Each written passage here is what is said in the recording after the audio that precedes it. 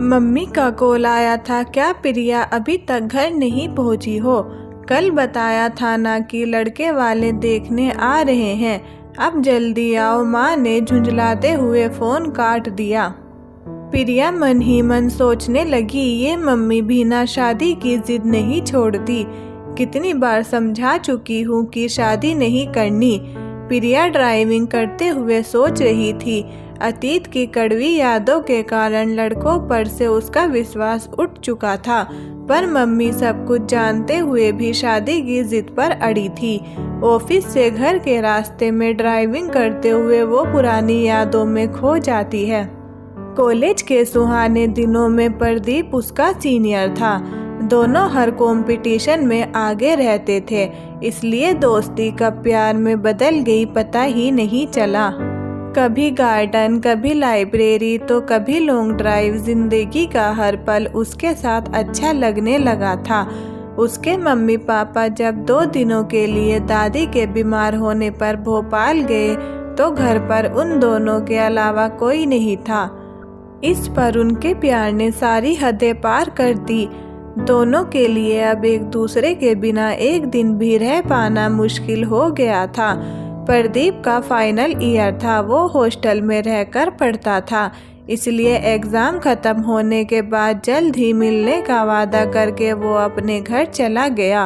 प्रदीप का प्लेसमेंट होते ही दोनों शादी करना चाहते थे। रोज़ फ़ोन पर बातें हो जाती थी, पर इंतज़ार का एक एक दिन 1 साल के बराबर लग रहा था।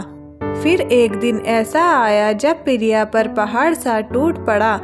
जब उसे पता चला कि वह प्रेग्नेंट है, उसे समझ नहीं आ रहा था कि वह अब क्या करे। उसकी रातों की नींद उड़ चुकी थी। हालांकि उसे यकीन था कि प्रदीप जल्द ही शादी के लिए दोनों परिवारों को मनाकर कुछ न कुछ रास्ता निकाल लेगा। सुबह मम्मी पापा के ऑफिस जाते ही प्रिया ने तुरंत प्रदीप को फ़ोन लगाया।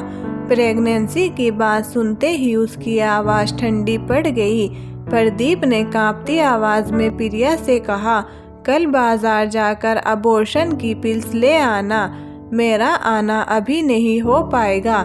एग्ज़ाम सिर पर है और मैं अभी शादी के पचड़े में नहीं पड़ना चाहता।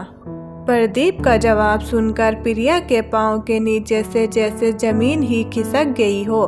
इस सिचुएशन को अकेले कैसे संभालेगी, यह सोच सोच कर उसका बुरा हाल था। अब प्रदीप प्रिया से बात करने से बचने लगा था। प्रिया ने कई दिनों तक उससे बात करने की कोशिश की, लेकिन प्रदीप ने प्रिया का फ़ोन उठाना बंद कर दिया था। हारकर बदनामी के डर से प्रिया ने अबॉर्शन पिल्स लेने का फैसला किया। पिल्स लेने के बाद जब होश आया तो वह हॉस्पिटल में थी और मम्मी पापा उसके पास खड़े थे। मम्मी ने रोते हुए बताया कि बहुत ज़्यादा ब्लीडिंग के कारण वह 3 दिन बेहोश थी। बड़ी मुश्किल से जान बची है प्रिया की। प्रिया बुरी तरह टूट चुकी थी। उसे ऐसा महसूस हो रहा था जैसे अब वह किसी को मुंह दिखाने के काबिल नहीं रही। मम्मी ने प्रिया से उस लड़के के बारे में जानने की बहुत कोशिश की जिसकी वजह से उसकी ये हालत थी, पर उसने खामोशी ओढ़ ली। पापा तो उससे बात करना ही छोड़ चुके थे। जिंदा लाश जैसी हो गई थी प्रिया। प्रिया के कॉलेज, दोस्त, पढ़ाई सब छूट चुके थे। पापा ने उसे मौसी के घर दिल्ली भेज दिया। मौसी के प्यार भरे व्यवहार से धीरे धीरे उसका जीवन वापस पटरी पर लौटा। समय के साथ शरीर के घाव तो भर गए, पर मन के घाव अभी भी हरे थे। वहाँ रहकर प्रिया ने कंपटीशन की तैयारी में जी जान लगा दी और पहले ही प्रयास में सिविल सेवा में सिलेक्ट हो गई। साथ ही उसे अपने ही शहर में पोस्टिंग मिल गई। मम्मी पापा बहुत खुश हुए। माँ बाप का खोया प्यार पाने के बाद अब कुछ नहीं चाहिए था प्रिया को। शादी के नाम से उसे नफरत हो चुकी थी। अतीत की यादों में खोई प्रिया को पता ही नहीं चला कि कब घर आ गया। कैसे इस झमेले से निकलूं, गाड़ी पार्क करते हुए वह सोचने लगी। घर के अंदर घुसते ही वह हैरान रह गई। सामने सोफे पर प्रदीप अपने मम्मी पापा के साथ बैठा चाय पी रहा था। बेटा, ये प्रदीप है, रेवेन्यू बोर्ड में ऑफिसर है। माँ ने प्रिया को चाय पकड़ाते हुए कहा। प्रदीप नजरें नीचे किए बैठा था। चाय पीने के बाद मम्मी बोली, बेटा प्रदीप को अपना घर दिखलाओ। वो चुपचाप उसके आगे आगे छत की ओर बढ़ गई। देखो प्रिया, मैं अपनी गलतियों का पश्चाताप करना चाहता हूँ। प्लीज़ मुझे माफ़ कर दो और इस रिश्ते के लिए हाँ कह दो। बहुत देर से जान पाया कि मैं सिर्फ तुम्ही से प्यार करता हूँ। करियर के नशे ने मेरा दिमाग खराब कर दिया था। वो बात भी सिर्फ हम दोनों के बीच रह जाएगी। ना तुम उस बारे में कुछ बताना और ना मैं तुम्हें। हमें प्यार का वास्ता है।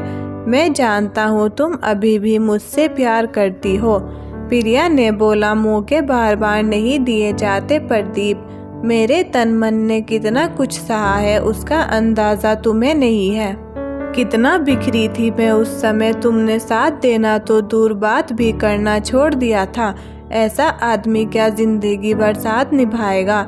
मेरे ना करने का कारण तुम्हारे घर वालों को भी पता चलने दो, ताकि माँ बाप की नज़रों में गिरना क्या होता है तुम भी जान सको। पूरी दृढ़ता से अतीत की पूरी दास्तान सभी से कहने के लिए प्रिया नीचे की ओर चल पड़ी और उसने बिना किसी से डरे सबको सब कुछ बता दिया। दोस्तों, क्या प्रिया ने अपने घर वालों को सब कुछ बताकर सही किया? हमें कमेंट में अपनी राय ज़रूर दें और चैनल पर नए हैं तो चैनल को लाइक, शेयर और सब्सक्राइब करना ना भूलें। तब तक मिलते हैं ऐसी ही प्यार भरी कहानी के साथ। Thank you.